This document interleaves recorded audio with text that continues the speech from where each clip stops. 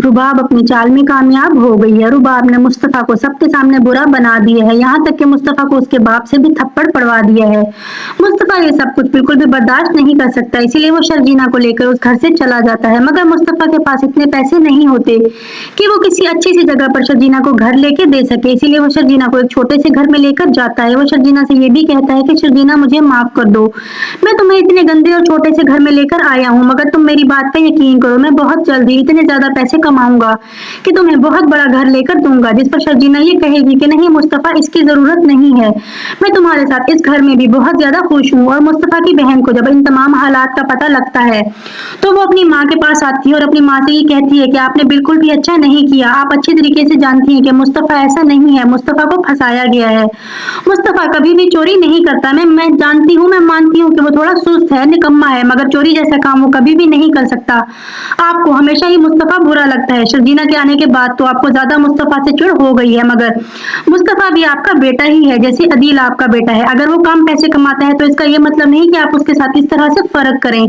जिस पर शगुफ्ता बेगम ये कहेंगी कि तुम होती कौन हो मुझे ऐसे बातें सुनाने वाली, मैं अपनी औलाद में बिल्कुल भी फर्क नहीं करती। तो मुस्तफा की बहन ये कहेगी कि आप फर्क करती हैं, आप माने या ना माने, लेकिन आपने मुस्तफा के साथ बहुत ज्यादा गलत किया है। और फिर हम देखते हैं अदील को भी रुबाब पर शक हो गया है, इसीलिए वो रुबाब के पास जाते हैं और रुबाब से ये कहते हैं कि मैं जानता हूँ ये सब कुछ तुमने किया है, तुमने खुद ही वो पैसे दिए थे और खुद ही वो पैसे उठाए हैं, क्योंकि अगर वो पैसे तुमने ना उठाए होते तो तुम्हारा दोस्त अब तक गाड़ी लेकर आ चुका होता, या उसको भी इस बात का पता लग गया है कि वो पैसे चोरी हो गए हैं। जिस पर वो ये कहती है कि तुम होते कौन हो मुझ पर ऐसे शक करने वाले। जिस पर अदील ये कहेगा कि मैं तुम्हें तुमसे ज्यादा बेहतर तरीके से जानता हूँ, मैं जानता हूँ ये सब कुछ तुमने खुद किया है, तुम खुद ही मुस्तफा से बदला लेना चाहती थी और शर्जीना से भी बदला लेना चाहती थी। जिस पर रुबाब ये कहेगी कि बदला तो तुम भी लेना चाहते थे उन दोनों से, तो अच्छा है ना, मैंने तुम्हारी तरफ से भी बदला ले लिया। जिस पर अदील ये कहेगा तुम्हारी वजह से वो दोनों घर छोड़कर जाने पर मजबूर हो गए। जिस पर रुबाब ये कहेगी कि यही तो मैं नहीं चाहती थी कि वो दोनों ये घर छोड़कर जाएं, मैं चाहती थी वो इस घर में रहें, मैंने तो अभी उनसे अपने हिसाब बराबर करने थे। जिस पर अदील ये कहेगा कि इतना सब करने के बाद अब तुमने और कौन से हिसाब बराबर करने थे। जिस पर रुबाब ये कहेगी कि मेरा बदला इतनी आसानी से पूरा नहीं होगा, तुम देखना मैं अभी भी उन दोनों के लिए जिंदगी कितनी मुश्किल कर दूंगी।